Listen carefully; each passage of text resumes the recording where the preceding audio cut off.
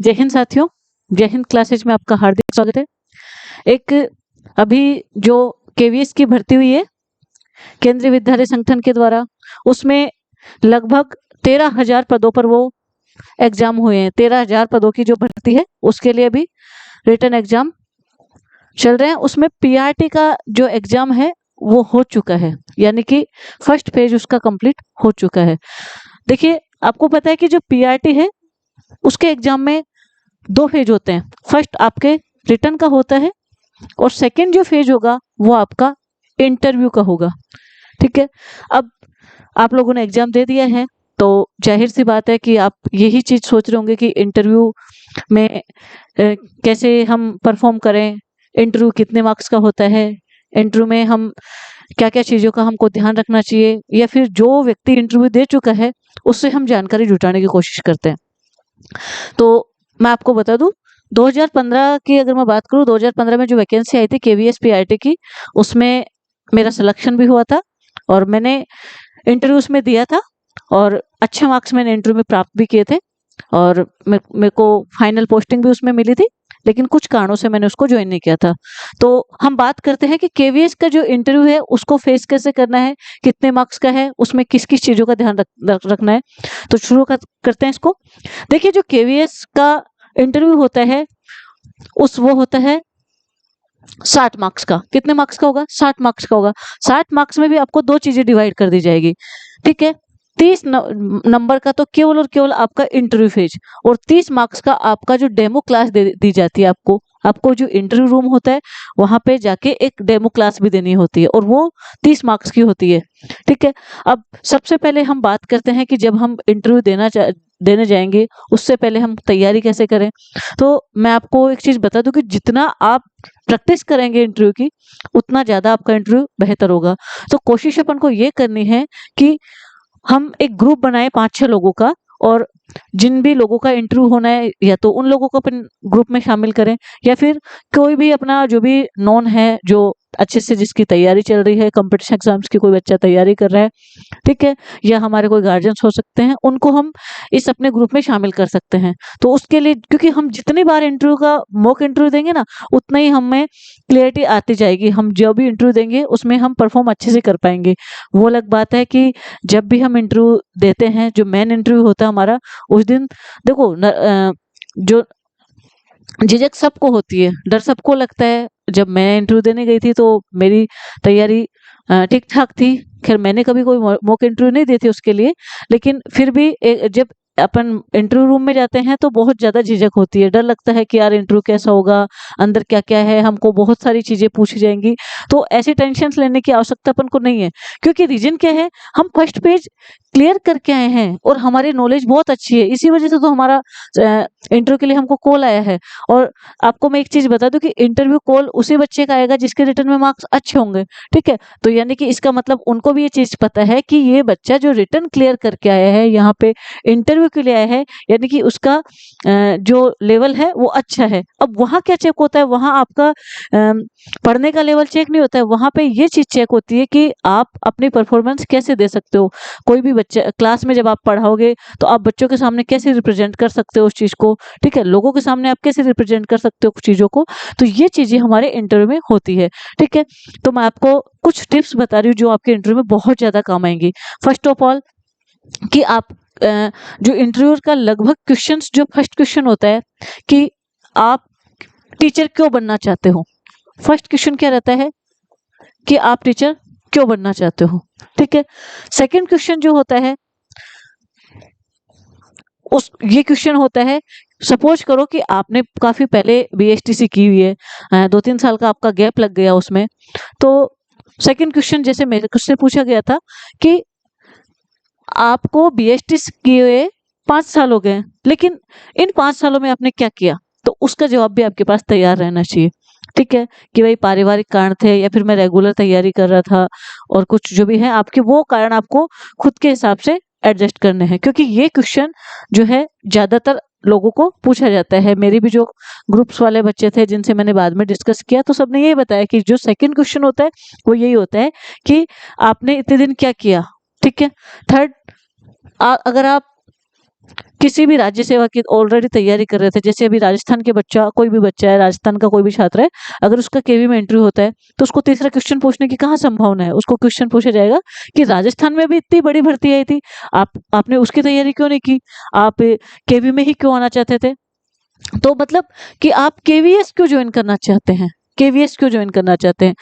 Fourth बात, अगर कोई लड़की है, ठीक है, उसको तो ये डेफिनेटली पूछेंगे कि सपोज करो आपको बाहर पोस्टिंग दी मिल जाती है, मतलब आउट ऑफ आपके स्टेट पोस्टिंग मिलती है, ठीक है, या फिर नॉर्दर्न साइड में आपको पोस्टिंग मिल जाती है, साउथ इंडिया में आपको पोस्टिंग मिल जाती है, तो आप फैमिली को एडजस्ट कैसे करोगे? तो उसका जवाब भी हमारे पास होना चाहिए कि हम नौकरी में रहते हुए एडजस्ट कैसे करेंगे, क्योंकि बहुत कम बच्चों को अपना जो है होम स्टेट या फिर होम डिस्ट्रिक्ट उसमें अलॉट होता है, ठीक है। मेरे को राजस्थान में मेरे को माउंट आबू पोस्टिंग मिली थी, ठीक है। तो लेकिन मेरे जो साथ वाले काफी बच्चे थे उनको ज्यादातर बाहर वाले स्टेट्स में, जैसे नागालैंड है, ठीक है, या फिर साउथ इंडिया में जिन कई लोगों को पोस्टिंग मिली थी। तो जो चौथा क्वेश्चन है कि एडजस्ट कैसे करेंगे आप, ठीक है।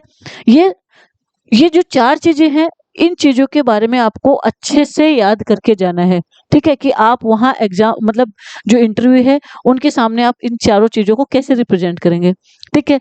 बाकी तो जो बोर्ड मेंबर होते हैं वो आपसे आपके बारे में बेसिक जानकारी तो लेंगे ही, क्योंकि वो तो लिखी हुई रहती है, लेकिन आपका उनका जो क्वेश्चन होता है वो ये होता है कि आप अपने बारे में बताइए।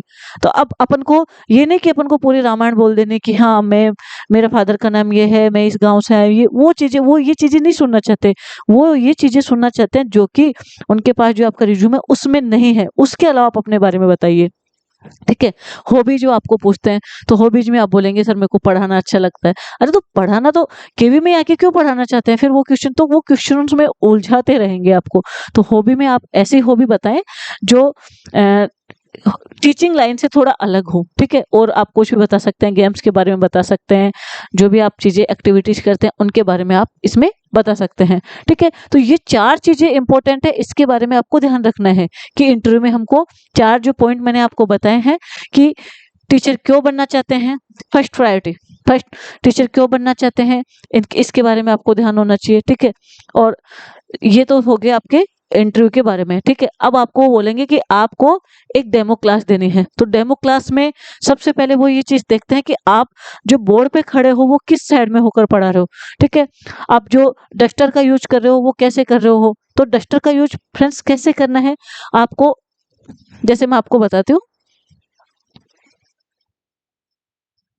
कि जो डस्टर का यूज करना है वो अपन को इस पोर्शन में करना है, फिर ऐसे, क्योंकि हमारी रेगुलरिटी में क्या आदत होती है, ये कहीं जहां हाथ में आया वहीं हमने मिटान दिया, ऐसी चीज नहीं होनी चाहिए उसमें, ठीक है। ये नेगेटिव पॉइंट्स है इंटरव्यू के, ठीक है। तो जब भी हम रफ करेंगे बोर्ड को तो बिल्कुल इस तरीके से हम बोर्ड को जो भी बोर्ड पे लिखा हुआ है उसको रफ करेंगे, क्योंकि ये छोटी छोटी चीजें इंटरव्यू में याद रखने योग्य होती है। क्योंकि उस टाइम क्या होता है, इतना ज्यादा प्रेशर रहता है, ठीक है, लोग डरा भी देते हैं यार अंदर इंटरव्यू चल रहा है कैसा क्या होगा, तो उन चीजों से अपन को डरना नहीं है। और ये सारी चीजें कब होगी, जब हम घर पे बैठ के प्रैक्टिस करेंगे। घर पे भी आप अपने बोर्ड पे प्रैक्टिस कीजिए पढ़ाने की, सामने एक दो जनों को बिठा लीजिए कि मैं कैसा क्या पढ़ा रहा हूँ। देखो मेरे को जो टॉपिक दिया था उन्होंने, वो एक क्वेश्चन दिया था मैथ्स का और मैंने उसको सॉल्व किया था, ठीक है। क्वेश्चन ये इस तरीके का था कि जैसे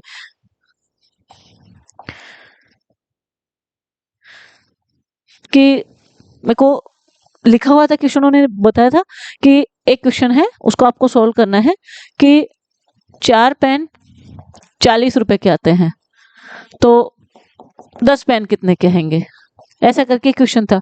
अब मैं चाहती तो डायरेक्टली उसका आंसर निकाल सकती थी कि 4 पेन 40 के, तो एक 40 बटा, लेकिन वो क्या चीज चाह रहे थे, वो ये चीज चाह रहे थे कि मैं बच्चों को, क्योंकि अपने पीआरटी से अपन इंटरव्यू दे रहे हैं, अपने पास पीआरटी वाले ही बच्चे आएंगे जब अपना सिलेक्शन होगा, तो बच्चों को पूरा मतलब विस्तार पूर्वक कैसे समझाया जाए, छोटी से छोटी बातें गणित की कैसे समझाया जाए या फिर और सब्जेक्ट्स की। तो फिर उसमें क्या करना था कि चूंकि 4 पेन आते हैं, पूरा लिखना है इसमें, 4 पेन आते हैं 40 रुपए के, अतः एक पेन आएगा बराबर 40 बटा 4, मतलब इस टाइप से अपन को लिखना है। और स्पेशली राइटिंग का बहुत ज़्यादा ध्यान रखना है, क्योंकि जब हम फर्स्ट बार बोर्ड पे पढ़ाते हैं, क्योंकि जब हम बीएसटीसी करते हैं तब तो हमारी जो टीचिंग होती है उसमें तो हम कर देते हैं, लेकिन यहाँ पे क्या होगा कि प्रैक्टिस नहीं हो पाती है बोर्ड पे, तो हमारे अक्षर कहाँ जाते हैं, यहाँ से शुरू करते हैं अक्षर नीचे तक, तो बिल्कुल लाइनें जो है पैरेलल चलनी चाहिए। ये बोर्ड पे जो वो डेमो करवाते हैं उसमें आपको बहुत ही महत्वपूर्ण चीज ध्यान रखनी है, ठीक है। पेन मार्कर आप किस हिसाब से पकड़ रहे हैं, डस्टर का जब आप प्रयोग करेंगे तो आप ऐसा तो नहीं कि आप बोर्ड पे बिल्कुल सामने होके खड़े होके पढ़ा रहे हैं। जब भी बोर्ड पे पढ़ाओ तो जो आपका एंगल है वो लगभग 45 डिग्री होना चाहिए, ठीक है। ये बात बहुत ज्यादा इंपॉर्टेंट, क्योंकि हमारी आदत क्या होती है कि हम सामने रह के पढ़ाते हैं तो फिर बच्चों को तो दिखेगा नहीं।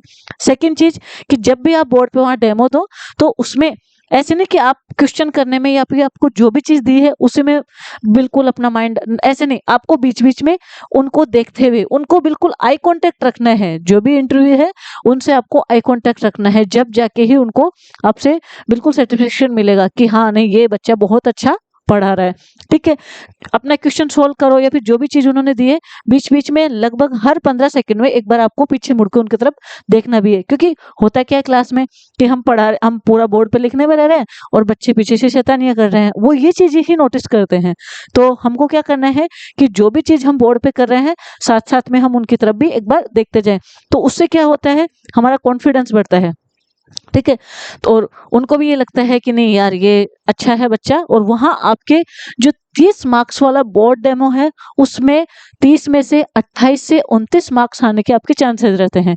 क्योंकि होता क्या है, जो बाकी वाला मैंने 30 मार्क्स का बताया आपको कि जहां आपके हॉबीज से आप क्यों आना चाहते हैं या आपके बैकग्राउंड से, सब्जेक्ट से रिलेटेड, ठीक है, टीचिंग मेथड से रिलेटेड बहुत सारी चीजें आपसे वो पूछ सकते हैं, तो वहां आपके नंबर कटने के चांस रहते हैं। क्योंकि हो सकता है आपकी सारी चीजें वहां पे याद नहीं आए अपन को, वैसे बहुत अच्छी तैयारी, लेकिन कुछ चीजें हमारे माइंड से स्लिप भी हो जाती है क्योंकि एक इतना ज्यादा प्रेशर रहता है इंटरव्यू रूम का। तो यहाँ पे हो सकता है कि आपके 1 या 2 मार्क्स कट सकते हैं, लेकिन अगर आपने बोर्ड वाला डेमो सही दे दिया तो आपके 30/30 30 में से 30 मार्क्स आने के चांसेस रहते हैं। और दोस्तों याद रखना कि ये जो 60 नंबर का इंटरव्यू आपका होगा ना, 60 नंबर का जो इंटरव्यू होगा उसमें यही आपको सिलेक्शन दिलवाएगा।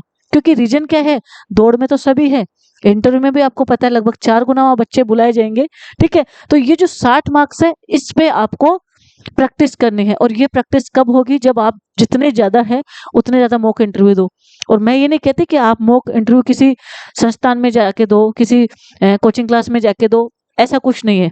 मॉक इंटरव्यू जो आपसे सीनियर है, आपके फैमिली मेंबर्स है, आपके भाई बहन हो सकते हैं, उनको ये चीज बताओ कि मुझे ये 4 जो बिंदु मैंने आपको बताए थे उन 4 बिंदुओं को ध्यान में रखते हुए आपको क्वेश्चंस पुटअप करें। और बोर्ड में कोई ज्यादा 10-20 मेंबर नहीं होते, 4 या 5 मेंबर बैठते हैं, ठीक है। तो उन उनको मतलब एक डेमो अपन को तैयार करना है घर पे ही, ठीक है। और बोर्ड पे प्रैक्टिस बहुत ज्यादा जरूरी है।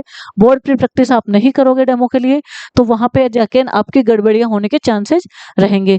तो ये चीजें थी कि आपको इंटरव्यू में क्या क्या ध्यान रखना है, ठीक है। और फर्स्ट बात आपको मैं बता दूं, जब भी आप इंटरव्यू देने जाएं, ठीक है, आपके डॉक्यूमेंट्स वगैरह जब वहां सब चेक हो जाए उसके बाद फाइनल रूप से जब आपको इंटरव्यू देने के लिए रूम में भेजा जाता है तो दरवाजा ओपन करते ही डायरेक्टली वहीं से सबको विश कर दे, थोड़ा आगे आते ही good morning sir, good morning ma'am, जो भी है। लेकिन आई कांटेक्ट जरूरी है, ऐसे नहीं कि आप मतलब थोड़ा नर्वस नहीं होना है, बिल्कुल अपनी बॉडी को एकदम स्ट्रेट रखते हुए, ठीक है। और जब आपको बैठने के लिए कहा जाए तो एकदम आत्मविश्वास के साथ में आराम से कुर्सी पर बिल्कुल सीधे बैठना है, ठीक है।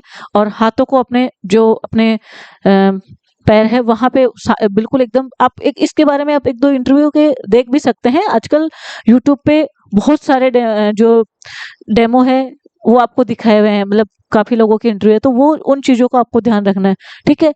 जब आपको बोलने के लिए कहा जाए क्वेश्चंस का उत्तर तो ही आप क्वेश्चंस का उत्तर दे, उनकी बातों को बीच में कभी नहीं काटना है, ठीक है।